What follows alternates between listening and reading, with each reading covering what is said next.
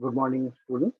So today I'm gonna tell you the next part of my discussion on testis, and I will begin with its covering and subsequent macroscopic internal structure of the testis. Then I will move my discussions with further course. Now, for that reason, I need to have a pictorial demonstration for which I'm sharing screen, and uh,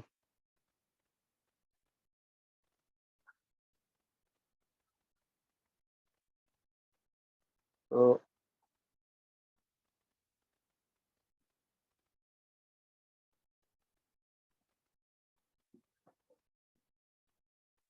So I have completed my discussion uh, in earlier one with the gross anatomy of testis, and this was its upper pole, and this was its lower pole, and this is the comma-shaped epididymis, and the tail of which continue as a vas deferens. Now I have explained how to identify the side of the testis, and I have shown you the covering of testis, which is the tunica vaginalis. Now, tunica, the intrinsic covering of testis composed of three layers.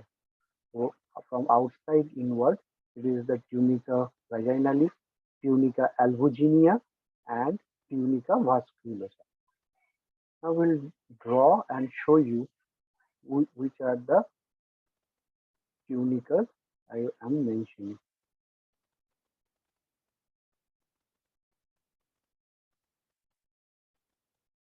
Now, tunica vaginalis has got two layers.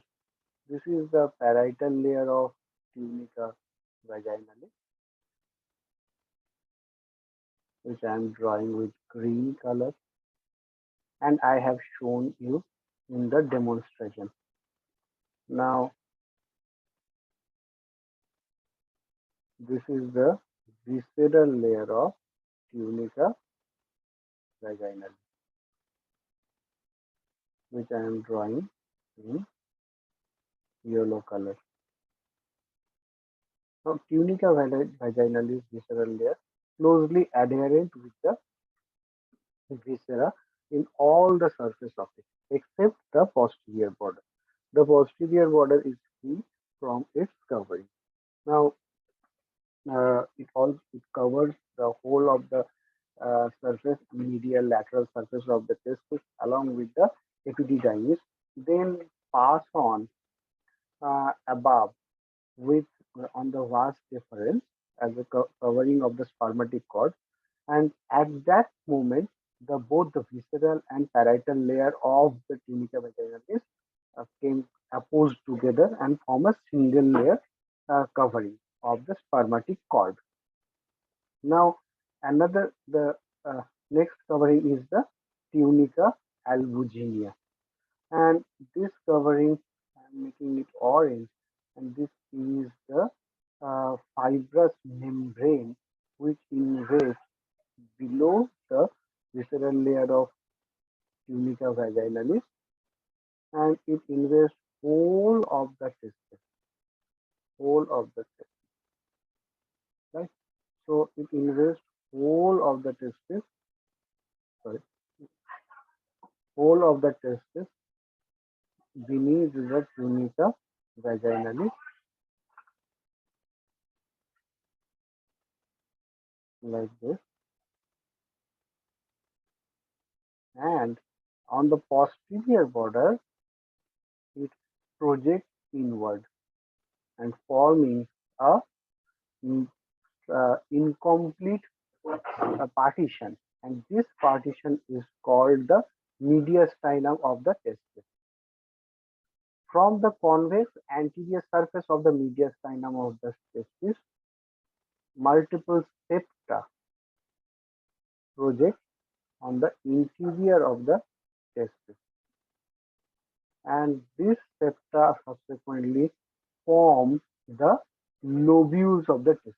So these are the lobules of the testis. These are the lobules of the testis where I am putting the dot. So these lobules are produced due to the inward projection of tunica albuginea within the tissue. Now, there are 200 to 300 lobules present within each testis. Now, the inner covering of the lobules are formed by another layer of covering, which is called the tunica vasculosa. This lines the inner covering of the each lobule. These are the areolar and vascular membrane that lines the individual lobule. This is about the intrinsic covering of the testis. Now, the extrinsic covering of the testis composed of outside inward are the skin, dartos muscle, external spermatic fascia, premasteric muscle and fascia, internal spermatic fascia, and parietal layer of tunica vaginalis. This is the extrinsic covering of the testis. Now come to the macroscopic structure of the testis.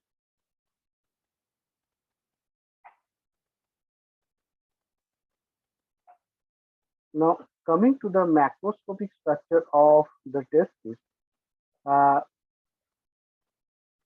we will see if we made a if we if we made a sagittal section of testis and epididymis, we will see this picture.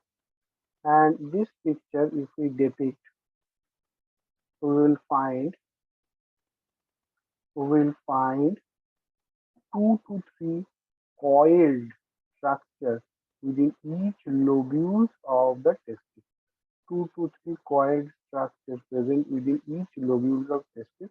I am making it green in color, and these coiled structures are the seminiferous tubules present within each lobule. They are one to three in number as they coiled, but the length of these seminiferous tubules almost 2 feet.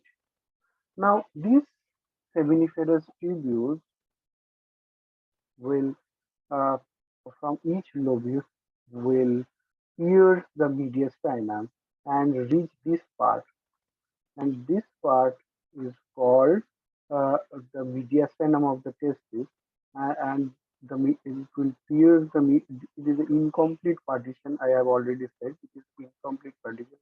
Each seminiferous tubule will pierce this and reach this area, forming a plexiform network, forming a plexiform network over here, and this plexiform network is called the retitestis. This plexiform network of the seminiferous tubules from each lobule is called the retitestis. From the retitestis, 12, 12 to 20, 12 to 20 afferent 12 to 20 afferent tubules produce and reach the head of the epididymis. 12 to 20 afferent tubules are produced and reach the head of the epididymis. And here also the tubules forms a convoluted network among each other. Now, this all the tubules joined together subsequently made a convoluted canal, and this canal will pass through the body of the testis and reach the tail of the epididymis, and this canal will cross to the body of the epididymis and reach the tail of the epididymis. From here, from this tail, the vas deferens begins. From this tail, the vas deferens, the thick cord of vas deferens begins, which subsequently pass through the as a content of the spermatic cord. Okay, so the is canal of epididymis is almost 20 feet long, though as because it is convoluted, it is coiled within that body and tail part, but the canal is almost 20 feet long and it is lined by ciliated pseudo-stratified columnar epithelium. These cilia on the mucous membrane of the canal of epididymis are sarcocilia. Means this is a non-motile cilia. Now, the spermatozoa produced within the seminiferous tubule are initially non-motile and floats within the fluids present in the canal of the seminiferous tubules, petitestes, and the afferent ductus and the head of the vesicle. What happened here in the canal? There is rapid absorption of fluid from the mucous membrane of the canal, thus producing a negative suction pressure within the canal, which helps to float the uh, spermatozoa through the canal to reach the ductus deferens. So, though in the early beginning, the non-motile spermatozoa floats within the fluid of the seminiferous tubules and the canals, this will pass through it by the negative suction pressure generated due to rapid absorption of the fluid through the canal of epididymis. So this helps to move the spermatozoa on its course. Now, blood supply of testis are mostly by the testicular artery, which you all know is the branch of abdominal aorta. Also, artery to vas and hemispheric artery. Artery to vas is a branch of superior or in sometimes inferior vesicle artery, and the hemispheric artery, which is a branch of inferior epigastric artery. This also contributes in the blood supply of the testis. Now, venous drainage is little interesting. Now, venous drainage of the testis is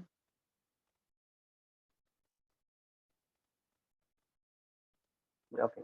Now, venous drainage, there are multiple veins which forms a net plexus, and this plexus is called the pampiniform plexus of vein. And this pampiniform plexus we can identify on the spermatic cord. And this pampiniform plexus present around the vas deferens and around the testis. Now, this plexus has an important physiological role to serve. What it has that it reduces the temperature of the testis. Now, we know that testis embryologically descended from the abdominal cavity to the scrotum, that is outside the abdominal cavity. Now, the temperature of the abdominal cavity is more, so arterial blood it carries to the testis has got more temperature. Now, to cool down the temperature, the venous drainage of it has this plexiform or plexus, which reduces 3 to 4 degrees centigrade temperature of the testis. Thus, it allows formation of the spermatozoa, right? So, in core body temperature, spermatozoa cannot be produced. To reduce the temperature, this network of venous plexus present around the testis and the spermatic cord to reduce the temperature. Now, though there is a plexiform plexus around the spermatic cord, as it reaches the superficial inguinal ring, there are four veins only present around the vas deferens. Now, as it reaches the deep inguinal ring, there is only two veins present. But when it crosses the deep inguinal ring, now the it becomes a single vein. Now, the right testicular vein drains directly into the inferior vena cava, but the left testicular vein drains at the right angle in the left renal vein. So these things you have to remember that the right testicular vein drains directly into the inferior vena cava at an acute angle, but left testicular vein drains into the left renal vein at an right angle. Now,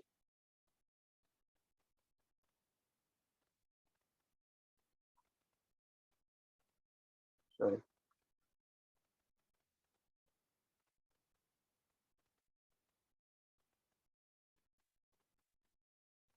Now, after uh,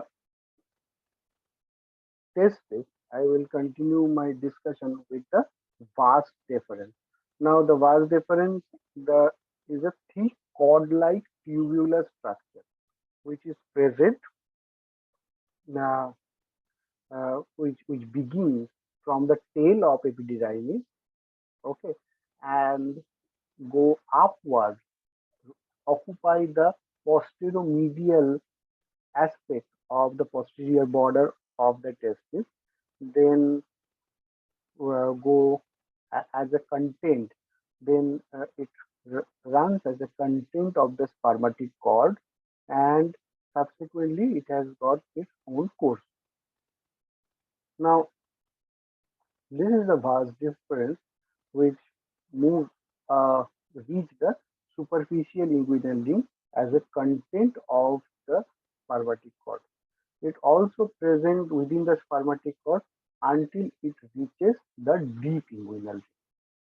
Now, when it reaches deep inguinal ring, it leaves the spermatic cord and enter within the abdominal cavity, right?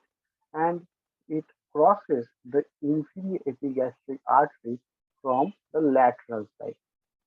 Then it runs along the lateral pelvic wall, go upward, then bend the downwards and medial, and it crosses the external iliac vessel, then the obturator nerve, then the sorry, not obturated, then the obliterated umbilical vessel, then obturator nerve and obturator vessel, then it reach the base of the ureter, the base of the urinary bladder, and at the lateral angle of the base of the urinary bladder, it crosses the ureter on its medial aspect, and then it goes downwards along the base of the urinary bladder in between the posterior surface of the urinary bladder and the rectal ampulla. There is rectum in front of it. There is rectum in front of it, and the rectal ampulla present here. The rectal ampulla present here. So it lies between the rectal ampulla and the base of the uterus bladder. Okay, and it goes downwards and passes medially to this tract. This is called the seminal vesicle. This is called the seminal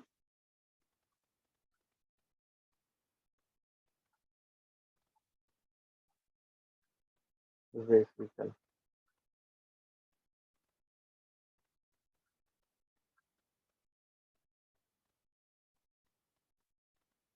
So it passes medially uh, to the seminal vesicle and reach the and made a dilatation. And this part of the vas deferens is called ampulla of the vas.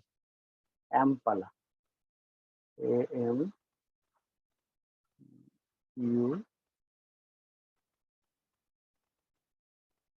ampulla of the vas deferens. Here, this part has a dilatation, and this is called the amp. Then it joins with the seminal vesicle duct and subsequently forms this duct, which is called the ejaculatory duct, which is called the ejaculatory duct,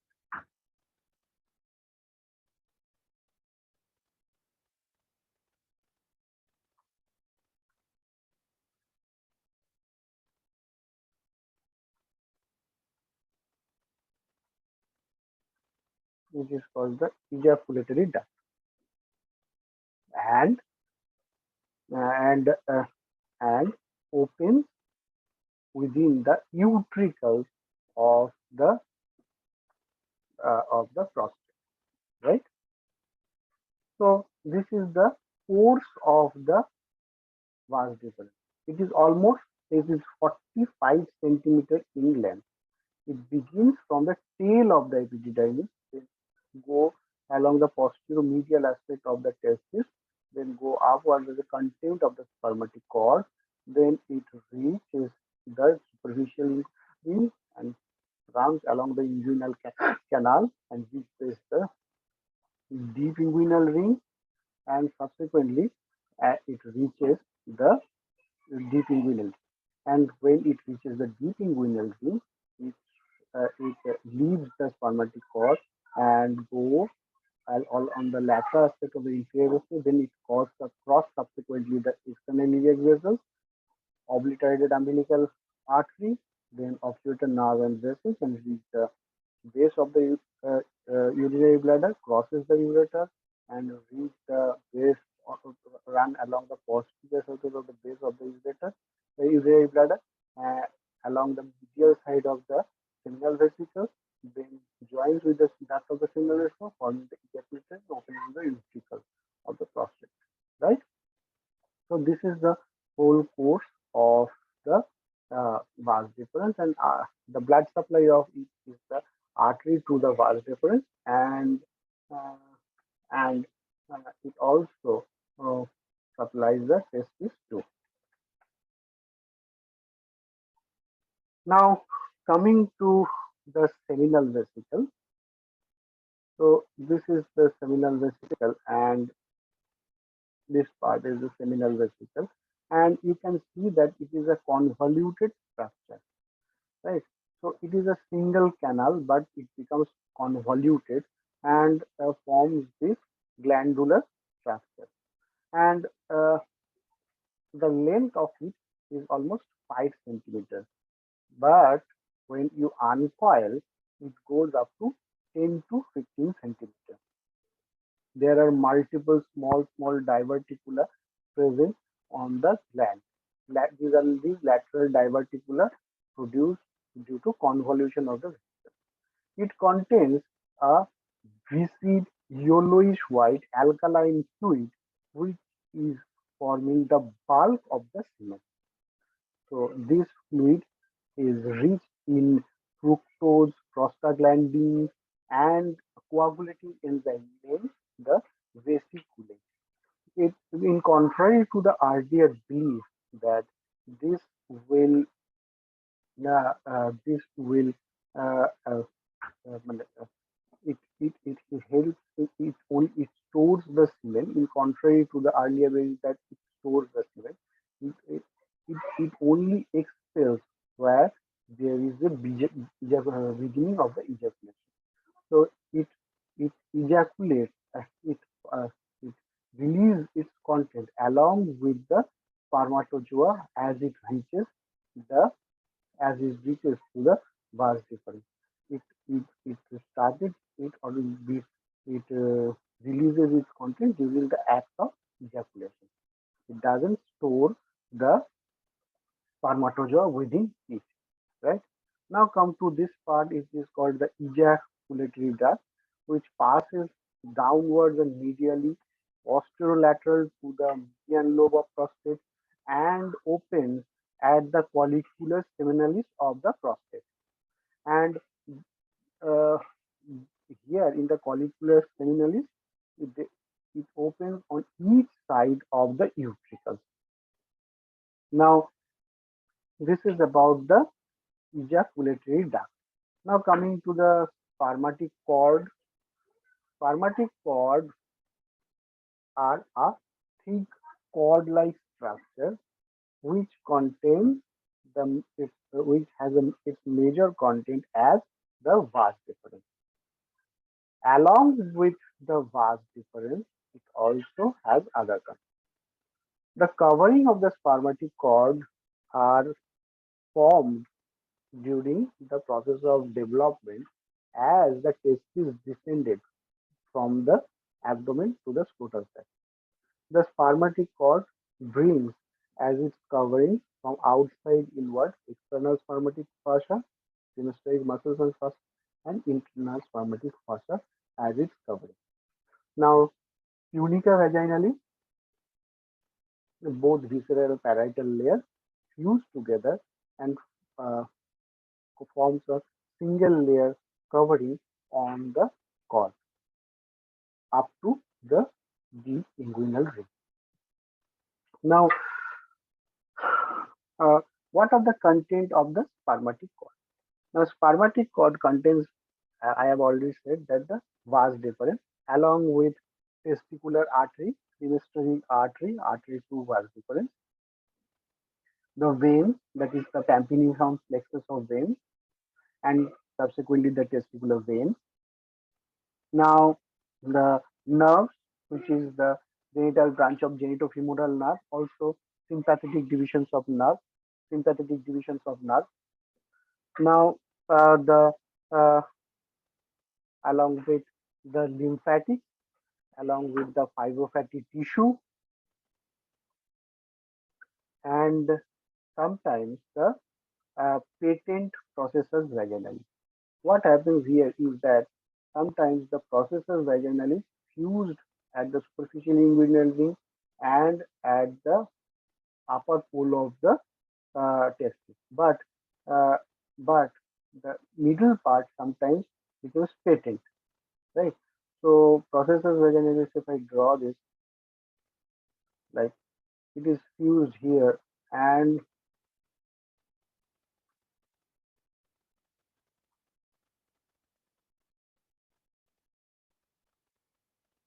fused at the upper pole, but patent in the middle part.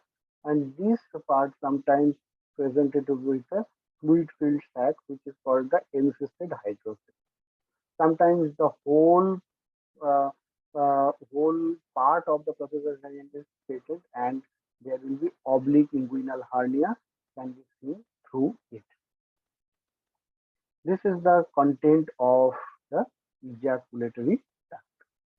Now, this concludes my discussion. I hope that I have covered all the aspects of my discussion, and hope you have enjoyed my discussions. I have tried my level best to feed you as much as possible with the information and to show you the demonstration and diagrammatic representation. If there is any query you feel free to ask me in the WhatsApp group. I'll definitely answer to those questions. Thank you very much.